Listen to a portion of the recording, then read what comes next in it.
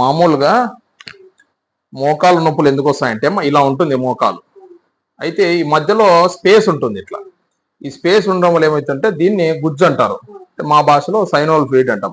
ఈ వయసు అయ్యే కొద్దీ ఏమైతుందంటే ఇవి ఫ్లూయిడ్ తగ్గిపోయి, అంటే ఒకటి శారీరక పనులు, ఒకటి ఆరోగ్యరీత్యా అనారోగ్యం, అంటే కాల్షియం తగ్గినా కూడా, ఇంకోటి విటమిన్ డి తగ్గినా కూడా ఇవి ఏమవుతాయంటే ఎముకలు బోలుతనం, అంటే ఇట్లా దగ్గరకు వచ్చేసి ఆ ఫ్లూయిడ్ అనేది తగ్గిపోతుంది.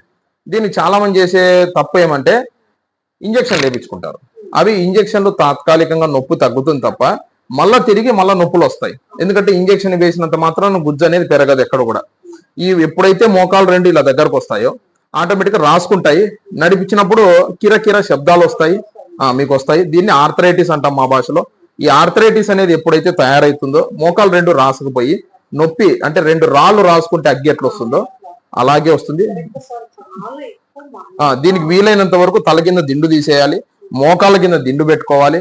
అదేవిధంగా కొన్ని రకాల వ్యాయామాలు చేసుకోవాలి. కాల్షియము, దానికి సంబంధించి పెరుగు, పాలు తీసుకోవాలి. ఉప్పు తగ్గించాలి, నువ్వులు తినాలి, బెల్లం తినాలి. దీంట్లో కాల్షియం ఎక్కువ ఉంటుంది. అంటే ప్రకృతి పరంగా ఎక్కువ మా టాబ్లెట్లు ఇంజక్షన్లు వాడినా కూడా శరీరం, మా రక్తం అంతా పొల్యూట్ అయిపోతుంది, అంటే కిడ్నీల మీద ఎఫెక్ట్ పడుతుంది.